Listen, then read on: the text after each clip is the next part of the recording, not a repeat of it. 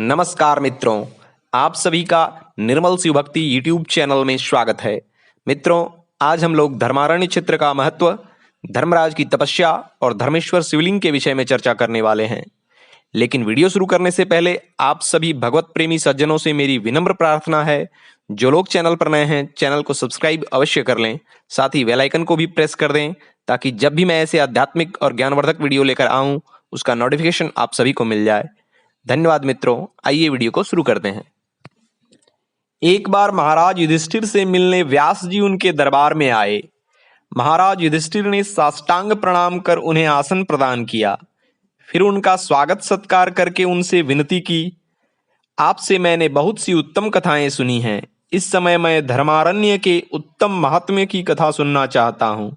मुने, देवताओं ने उस उत्तम क्षेत्र का नाम धर्मारण्य कब रखा? व्यास जी ने कहा, नृपश्रेष्ठ, एक समय धर्मराज ने बड़ी कठिन तपस्या की। तपस्या में लगे हुए धर्मराज को देखकर ब्रह्मा और इंद्र आदि देवता कैलाश पर्वत पर गए। वहां उन सभी ने भगवान शंकर और माता पार्वती को प्रणाम किया और उनकी स्तुति की। फिर ब्रह्मा जी ने कहा, हे महादेव, धर्मात्मा धर्मराज ने बड़ी दुस्सह तपस्या की है। न जाने वे देवताओं का कौन सा स्थान लेना चाहते हैं। यही सोचकर इंद्र आदि सब देवता उनकी तपस्या से थर्रा उठे हैं। देवेश, आप उन्हें तपस्या से उठाइए। महादेव जी बोले, देवताओं, मैं सच कहता हूं, तुम्हें धर्मराज से कोई भय नहीं है। यह सुनकर सब देवता उठे और भगवान शिव को नमस्कार कर अपने अपने स्थान को चले गए। परंतु इंद्र को नींद नहीं आई, उनकी सुख शांति खो गई। उसने गुरु बृहस्पति की सलाह लेकर वर्धिनी नामक अप्सरा से कहा, तुम शीघ्र धर्मारण्य को जाओ और धर्मराज को लुभाने का प्रयास करो, जिससे वे तपस्या से भ्रष्ट हो जाएं। तब वर्धिनी ने देवराज से कहा, मैं देवताओं के कार्य सिद्धि के लिए अपनी माया तथा रूप के बल से पूरी चेष्टा करूंगी। ऐसा कहकर वर्धिनी उस स्थान को गई जहां धर्मराज तपस्यारत थे। वर्धिनी ने अपना मनोहर रूप बनाकर मन को लुभाने वाला नृत्य करने लगी। आहट सुनकर धर्मराज ने आंखें खोल दी।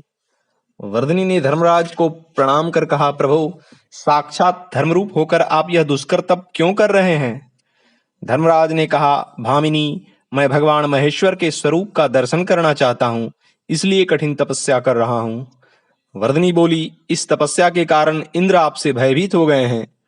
उन्हीं से प्रेरित होकर मैं यहाँ आपकी तपस्या में विघ्न डालने आई हूँ। वर्धिनी के इस सत्य भाषण से सूर्यनंदन संतुष्ट हुए। उन्होंने वर्धिनी से कहा, मैं समस्त पाप कर्मा दुष्टात्मा प्राणियों के लिए यमराज हूँ और सभी जितेंद्रिय मनुष्यों के लिए धर्म स्वरूप हूँ। तुम कोई वर मांगो। वर्धिनी बोली, हे धर्मराज, मुझे लोकों के हित के लिए इंद्रलोक में स्थिरता पूर्वक निवास प्रदान कीजिए। यमराज ने कहा, एवमस्तु।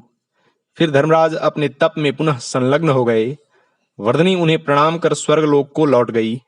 उसने इंद्र से कहा, आप सूर्यनंदन यम से भय न कीजिए, वे यश के लिए तपस्या कर रहे हैं। फिर धर्मराज ने दीर्घकाल तक बड़ा भारी तप किया, जिससे प्रसन्न हो महादेव वहां प्रकट हुए और कहा, तुम्हारी तपस्या से मैं संतुष्ट हूं, कोई वर मांगो। धर्मराज ने अपनी उनकी स्तुति करके कहा, प्रभु, इस महाक्षेत्र में आप मेरे नाम से प्रसिद्ध होकर निवास कीजिए।